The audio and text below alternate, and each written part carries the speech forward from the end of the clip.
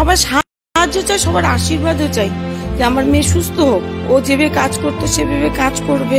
25 লাখ টাকা আমার মতন ক্ষমতা নেই বের করার।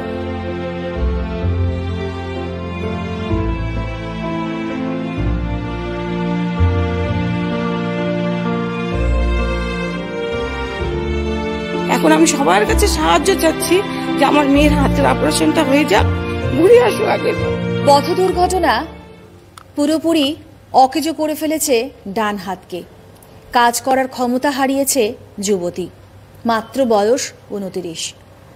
তার চিকিৎসার জন্য এই মুহূর্তে প্রয়োজন লক্ষ লক্ষ টাকা। হ্যাঁ, 1 লক্ষ নয়, 2 লক্ষ নয়, প্রায় 25 লক্ষ টাকা তার প্রয়োজন রয়েছে তাকে আবার আগের অবস্থায় বা স্বাভাবিক ছন্দে ফিরে আসার জন্য। আর তাই এই মুহূর্তে আর্থিকভাবে অসহায় সেই পরিবার দ্বারস্থ হয়েছে খবর সময়ের।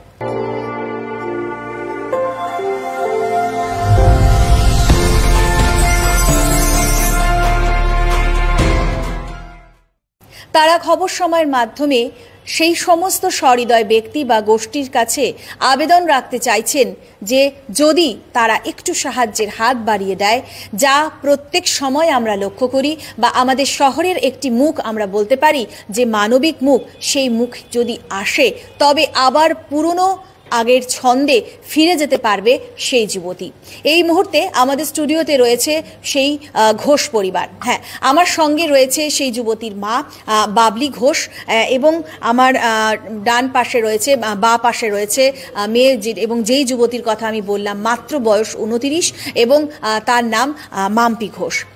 এই মুহূর্তে তাদের সঙ্গে কি ঘটেছিল, কবে দুর্ঘটনা ঘটেছিল এবং কেন এতগুলো টাকার এই মুহূর্তে প্রয়োজন রয়েছে তাদের, এইটা একটুখানি সংক্ষেপে আপনাদের সঙ্গে বলে নিই। 2022 সালে শুকনা সংলগ্ন এলাকাতে একটি গাড়ি এসে ধাক্কা মারে এবং স্কুটিতে থাকা অবস্থায় সেই দুর্ঘটনার শিকার হন এই যুবতী অর্থাৎ মাম্পি।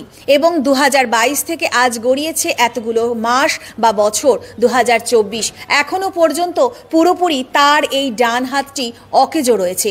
কারণ এই ডান হাতে তার কোনো রকমভাবে সার নেই বললেই বোধহয় ভুল হবে না। কারণ যদি তাকে চিমটিও কাটা হয় তবেও কিন্তু সে এই ডান হাতে কোনো রকম অনুভব করে না, অর্থাৎ তার কষ্ট সে অনুভব করতে পারছে না। এবং যার জন্য চিকিৎসার কারণে বিভিন্ন মহলকে ছুটে যখন ব্যাঙ্গালোরে গিয়ে তারা সঠিকভাবে পৌঁছন, তখন কিন্তু তারা জানতে পারেন যে তিনি আবারও হয়তো আগের অবস্থায় ফিরে আসতে পারেন, কিন্তু তার জন্য প্রয়োজন রয়েছে লক্ষ লক্ষ টাকা। তো চলুন একবার আমরা প্রথমে তার মায়ের কাছে যাই এবং শুনে নিই যে কি বিষয়টা রয়েছে। আপনার মেয়ের অ্যাক্সিডেন্ট যে সময়টা হলো এবং প্রথম অবস্থায় এই দুর্ঘটনার পরে আপনি প্রথমে কোথায় গেলেন এবং প্রথমে কোথায় চিকিৎসা শুরু হয়েছে? প্রথমে চিকিৎসা শিলিগুড়ি অমিতাভ মিস্টার ডক্টর সেঞ্জীবনী নার্সিংহোমে 6 দিন রেখেছি। 1,65,000 বিল দিয়ে মেয়েকে বের করে ওখানে বললো যে ওর হাতটা অকাজে হয়ে গেছে, অপারেশন করতে হবে। তখন ভাবলাম যে এখানে কেন করবো, তাহলে বাইরেই, আমাকে সবাই বললো বাইরে নিয়ে যেতে। তো ব্যাঙ্গালোরে প্রথমে নিমান্সে নিয়ে গেছি।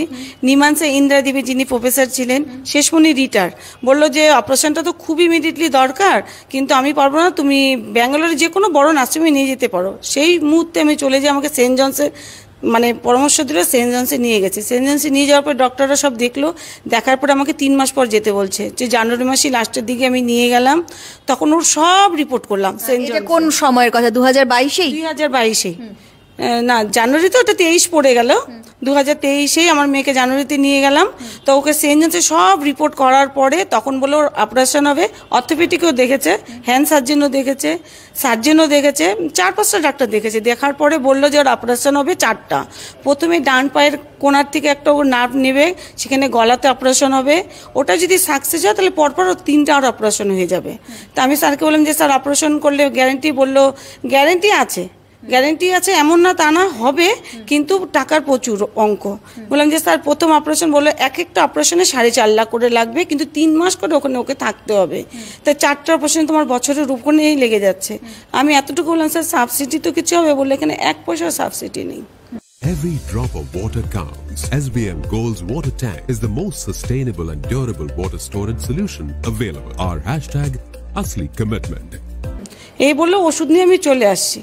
আমার মানে সেটা 2023-এর জানুয়ারির কথা, এবং এখন 2023 থেকে 2024, এবং যদি বলা যায় প্রায় 1 বছর ও একেবারে বিনা চিকিৎসায় রয়েছে। চিকিৎসায় বলতে মেডিসিনগুলো চলছে, যে মেডিসিনগুলো দিয়েছিল নিউরোর মেডিসিনগুলো, সেই মেডিসিনগুলো চলছে। আর ওকে ফিজিওথেরাপি করতে বলছিল, আমি 1.5-2 মাস হলাম ফিজিওথেরাপি বন্ধ করেছি।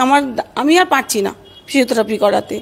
কন্টিনিউ 2022 থেকে আমি ফিজিওথেরাপি ওকে করাচ্ছি, এখন আমি আর পারছি না করতে। মানে পারছে না আর্থিক দিক দিয়ে। আমার হাজবেন্ড ওর অ্যাক্সিডেন্ট হওয়ার 8-9 মাস আগে আমার স্বামীর ব্রেন স্ট্রোক হয়েছিল, উনিও সেন্ট জন নার্সিংহোমেই ছিল। তাই উনি এখন অকাজ, ওর বড় টোটো চালায়। আমার স্বামী মেয়ের এই অবস্থা দেখে উনিও এখন টোটো চালাচ্ছে। আর আমি একটা প্রাইভেট জবে কাজ করি, যে যাকে বলে আমি এখন ওখানকার হচ্ছে হাউসকিপিংয়ে কাজ করি। আমার মালিক আমাকে যথেষ্ট হেল্প করেছে, আমার ওখানে এমপ্লয়াররাও আমাকে যথেষ্ট হেল্প করেছে, পাড়ার লোকও দিয়েছে, আমার নিজের আত্মীয় স্বজনরা। কত নেওয়া যায় ওইভাবে, এরা কতবার দেবে? এখন এত বড় অঙ্ক, কেউ অত বড় অঙ্ক দেওয়ার মতো কাউরই ক্ষমতা নেই। ছোট্ট একটা জায়গার মধ্যে বাড়িটাই হচ্ছে আমার লাস্ট ভরসা। এমনকি আমার ছেলেও নাই যে আমাকে ভাড়া বাড়ি রাখবে, নেক্সট যে আমি বাড়িটা বিক্রি করে দিব, সেটাও আমি চেষ্টা করছিলাম, আমি তেমন দামও পাইনি। এখন আমি সবার কাছে সাহায্য চাচ্ছি যে আমার মেয়ের হাতের অপারেশনটা হয়ে যাক, ঘুরে আসুক আগের মতন। এর জন্য আমি সবার কাছে রিকোয়েস্ট করছি যে সবাই তোমরা হাত বাড়িয়ে আমাকে একটু সাহায্য করো। 25 লাখ টাকা আমার মতন ক্ষমতা নেই বের করার। আবারও বলবো যে সকলের কাছে আবেদন তার, যে এই মাত্র 29 বছরের তরুণী মাম্পি, এবং এই মুহূর্তে তার ডান হাত, আর সে নিজেও কিন্তু কাজ করত, তিনি একজন বিউটিশিয়ান হিসেবে বিভিন্ন জায়গায় তিনি কাজ করে বেড়াতেন, কিন্তু এই মুহূর্তে যেহেতু তার ডান হাতটা অকেজো রয়েছে, সেই কাজও এই মুহূর্তে তার বন্ধ রয়েছে। তো মাম্পি, তুমি কি আবেদন রাখবে, এবং তোমাকে ওখান থেকে চিকিৎসকেরা কি বলেছেন যে এই অপারেশনটার পর তুমি আবার আগের অবস্থায় তোমার এই হাতটা পুরো ফিরে পেতে পারো? হ্যাঁ, আমাকে যখন আমার কথা হয় ডাক্তারের সাথে, কারণ একটা ডাক্তারের সাথে আমি পরামর্শ নিয়ে চলছি, তো উনি আমাকে বলল যে ইমিডিয়েটলি আমাকে যেতে, যে অপারেশনটা হলে আমার হাত আগের মতো ফিরে আসবে। আর উনি বলতেছে যে, কারণ আমি হাতটা ভিডিও কলে ওনাকে দেখাতে থাকি, তো উনি বলছে এখনো রক্তটা চলাচল করছে হাতে, কিন্তু 10 বা 15 দিন হবে যেটা আমার হাতে এখন সবুজ একটা বর্ণ পড়ে যাচ্ছে। আর জায়গাটা আমি বললাম, তো বললো এটা হাত এখনো ছোট হয়নি, কারণ রগ নষ্ট হয়ে গেলে হাত ছোট হয়ে যায়, তো তোমার হাত এখনো ঠিক আছে, যদি অপারেশনটা হয়ে যায় হাত ঠিক হবে। একমাত্র উনি আমাকে ভরসা দিয়েছে হাত ঠিক তোমার হবার। এখন কি সমস্যা হচ্ছে, যে এখন অপারেশন হয়নি বা ট্রিটমেন্ট চলছে না, শুধু একটা ওষুধের উপর চলছে, তো তোমার হাতটাতে এখন কি সমস্যা এই মুহূর্তে তৈরি হয়েছে? আঙ্গুলগুলো এইভাবে মুড়ে যাচ্ছে আমার, যেটা যদি তুমি খুলে দেখাতে পারো বলবো। তাহলে যারা আমাদের ভিউয়ার্সরা রয়েছে, যাদের জন্য ওনারা আজ এখানে এসেছেন, তাদের বলবো যে হাতটা, আচ্ছা এই হাতটা তোমার একদম পুরোপুরি মুড়ে যাচ্ছে, পুরো এখন আঙ্গুলগুলো মুড়ে যাচ্ছে, যে নীল এগুলো সবুজ হয়ে গেছে। আর এই জায়গাটা এখন ধরলে মনে হয় যে কিরকম গ্যাস গ্যাস করছে হাতটা। তো আমার মনে হয় যে হাতে আমার কোনো রকম ডিস্টার্ব দেখা দিয়েছে আমার হাতে।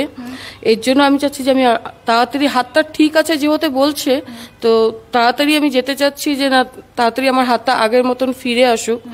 আর বরফের মতন এখনো ঠান্ডা আমার হাত, যে পুরো ঠান্ডা। ঠান্ডাতে তো ঠান্ডা ছিল, ওটা তো ঠান্ডাতে হয়, কিন্তু এই সময়ও বরফের মতন ঠান্ডা, যেটা আমার ঠান্ডা রাখা চলবে না। গরম সবসময় গরম শেক দেওয়া এইভাবে নিয়ে চলেছি, কিন্তু এখন ওই গরম শেকও আমার কাজ হচ্ছে না। হ্যাঁ, এখন নার্ভগুলো ভেসে উঠেছে আমার হাতে, কিন্তু এগুলো সবুজ বর্ণ হয়ে যাচ্ছে আর এগুলো মুড়ে যাচ্ছে। এর জন্য আমি একটা মেশিন নিয়েছি এইভাবে সোজা রাখার জন্য। আমি কালকেও ওটা আমি লাগিয়ে রেখেছিলাম কালকে পর্যন্ত, কিন্তু এখন দেখতেছি ওটা যতক্ষণ লাগাচ্ছি রগগুলো টান টান হচ্ছে আর এখানে বাড়ি মারতেছে। এখানে যেহেতু গ্যাপ আছে আমার হালসাটা, তো একটু উঠেছিল, কিন্তু আজকে দেখছি গর্ত হয়ে আছে। তো আমি ওই হাতে যেটা আমি রগটা সোজা রাখার জন্য লাগিয়ে রেখেছিলাম ওটা খুলে দিয়েছি, যে হিতে বিপরীত যদি হয়ে যায় এই ভয়ে আমি ওটার লাগাচ্ছি না। তো তোমার এখন কি সেটার মধ্যে হাতের মধ্যে ব্যথা হচ্ছে, কোনো যন্ত্রণা হচ্ছে এই সময়? ভেতরে প্রচুর ব্যথা, প্রচুর। মনে হয় কি নার্ভগুলো ছিঁড়ছে যে আমি বুঝতে পারি। আর এরকম মনে হয় যে হয়তো কেউ একগোছা কাঠি আমার হাতে গুছিয়ে দিচ্ছে, ব্যথা হয়। 24 ঘন্টা আমার হাতে ব্যথা, কিন্তু কেউ যদি ধরে বা চিমটি কাটে বা কিছু করে আমি বুঝতে পারবো না। এই যে ডাক্তার এই জায়গাটা পুড়িয়েও যে দিল, আমি এখানকার বুঝতে পারিনি। এই সাইডগুলো ডাক্তার পুড়িয়ে দিচ্ছিল, হ্যাঁ, কোনো কিছু বোঝা যায়নি, কিন্তু অনবরত ব্যথা আমার ভেতরে। মা হিসেবে সকলের কাছে কি আবেদন রাখবেন?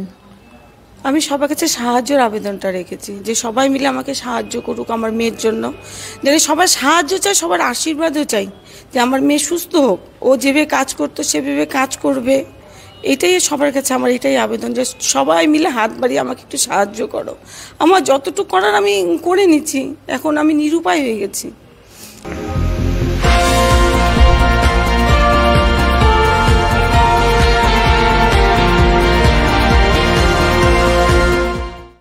আপনার এই একটাই মেয়ে? আমার না 2 মেয়ে। ও ছোট, ওর থেকে 1 বছরের বড়, ওর দিদিভাইয়েরও বিয়ে হয়েছে। তার নিজের সন্তানের জন্যে একেবারে পুরোপুরি এই মুহূর্তে খবর সময় দ্বারস্থ হয়েছে বাবলি দেবী, এবং তার যে ডকুমেন্ট একবার আপনাদেরকে আমরা শো করিয়ে নিচ্ছি, এবং সেখান থেকে অর্থাৎ ব্যাঙ্গালোর থেকে তাকে বলা হয়েছে যে এস্টিমেট দেওয়া হয়েছে, সেই এস্টিমেট এই মুহূর্তে কোনোভাবেই তাদের ফুলফিল করা একেবারেই সম্ভব নয়। আর তাই তারা দ্বারস্থ হয়েছেন, এবং অবশ্যই সকলের কাছে একটু সাহায্যের আবেদন তারা রেখেছেন, যাতে আবার আগের অবস্থায় ফিরে আসতে পারে এই তরুণী। আবারও বলবো, দুর্ঘটনার কারণে তিনি তার এই হাতটা পুরোপুরি তার নিস্তেজ হয়ে গিয়েছে, কোনো প্রাণ নেই, এবং ধীরে ধীরে যদি বলা যায় যত সময় এগোচ্ছে তত কিন্তু অসাড় হচ্ছে তার হাত, এবং নানান রকম সমস্যা বা প্রতিকূলতার মধ্য দিয়ে তাকে এই মুহূর্তে চলতে হচ্ছে।